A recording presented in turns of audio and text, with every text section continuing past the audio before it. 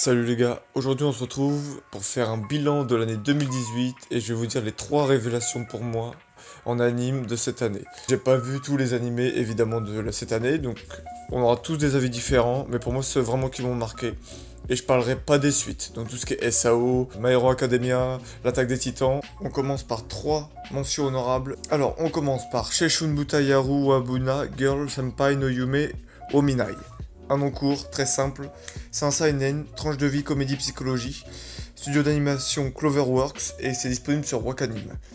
C'est un animé vraiment super. Le seul point négatif que j'ai déjà parlé dans une autre vidéo, c'est qu'en fait, ils veulent détailler la situation, expliquer pourquoi les événements étranges interviennent, et pour moi ça casse le mythe de l'anime. Et ça, je trouve ça gênant en fait, parce qu'en plus ça arrive plusieurs fois, alors que ça fait en 13 épisodes là, c'est en cours l'anime, donc voilà, c'est gênant. Le deuxième en mention honorable c'est Otaku Nikoi Wamuzukashi. C'est une romance comédie tranche de vie, studio d'animation A1 Pictures, et c'est disponible sur Prime Video. C'est ma romance préférée de l'année 2018 que j'ai vue en tout cas, très facile à regarder, plutôt drôle, vraiment bien réussi. Et donc je recommande, franchement c'est une romance qui se laisse regarder tout simplement. Et en dernier, Devilman Crybaby. Seinen, psychologie, science-fiction, horreur, studio d'animation Saru, disponible sur Netflix.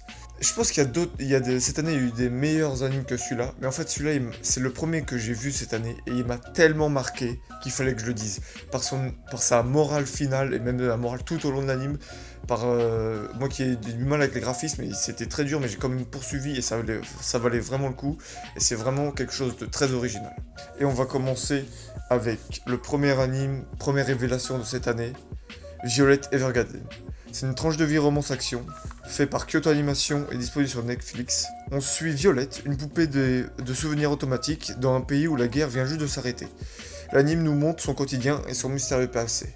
Alors déjà, on va juste souligner l'animation, je pense que c'est une des plus belles de cette année, et depuis nombreuses années aussi, franchement c'est une des plus belles. C'est quasiment un film à chaque anime, à chaque épisode.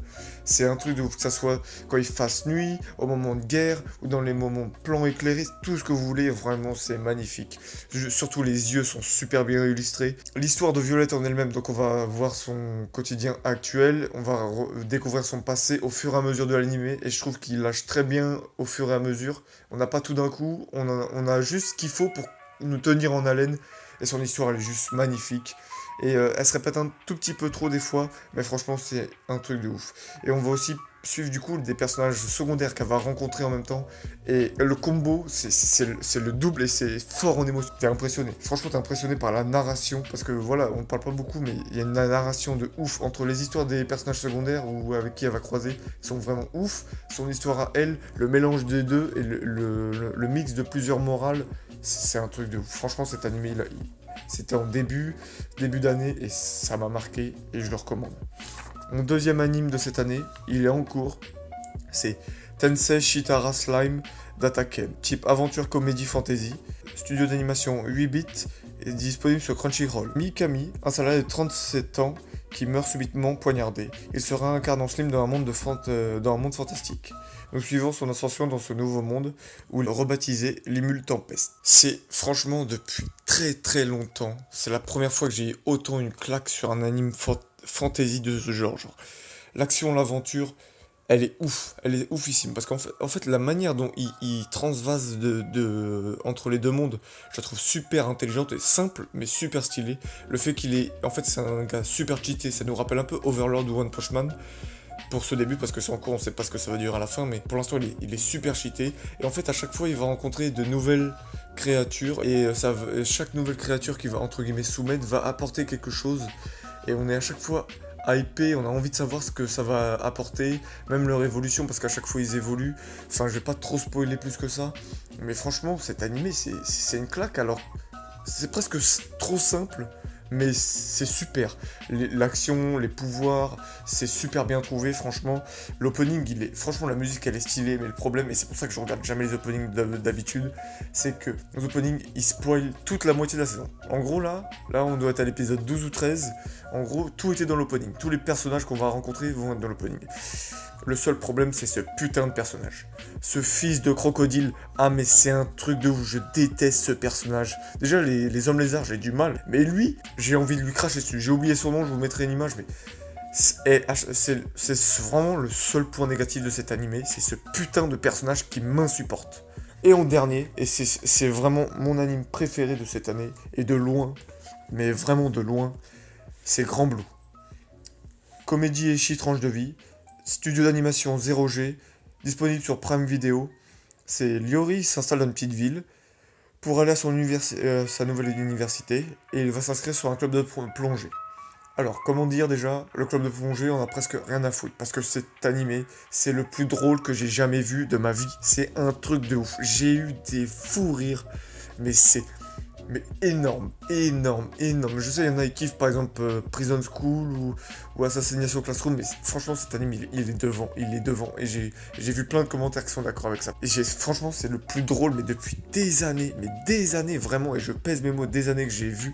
Et j'ai beaucoup de mal avec l'humour japonais, mais là, j'étais cané en deux. Et donc, pour un peu plus revenir sur l'histoire, c'est un anime en 12 épisodes. L'animation, elle est vraiment très belle. L'histoire, franchement, voilà, c'est un club. Mais en fait, ce qui est intéressant, c'est qu'on va pas être focus sur le club de plongée, ou voilà, parce que clairement, on s'en bat un peu les couilles. Et en fait, il passe vraiment très vite sur la plongée. On va avoir des jolis plans. Et après, on va taper sur l'humour, et franchement, c'est kiffant. Même, on va voir d'autres sports, et en fait, on va plus découvrir le groupe dans ces 12 épisodes. Et c'est kiffant, franchement pour moi c'est le meilleur anime de cette année. Genre si je dois revoir un anime tout de suite là, ça serait celui-là. Il n'y a pas grand chose à dire sauf que vraiment il est énormément drôle. Tous les personnages sont super bien écrits. Même les senpai ils sont énormes. Franchement ils sont énormes. Voilà mes 3 animes pour moi, les 3 révélations de cette année. Dites-moi dans les commentaires si vous êtes d'accord avec moi. Franchement moi j'ai kiffé ces 3 animés. Même dans les mentions honorables. Après il y en a d'autres. Il y en a d'autres, je peux pas tous les citer, je les ai pas tous vus, de toute façon je les verrai plus tard. Mais franchement voilà, c'était mon avis, j'espère que ça vous aura plu. Une très bonne année 2019. On va faire plein de projets avec Marshall pour augmenter la chaîne. On est qu'à 50 abonnés, on espère faire beaucoup mieux. On va essayer de développer sur le gaming avec Jump Force, on va essayer de un peu plus avoir de visibilité. Donc j'espère que ça vous a plu, mettez vos avis dans les commentaires. À la prochaine les gars, c'était un kiff de vous parler. Bye.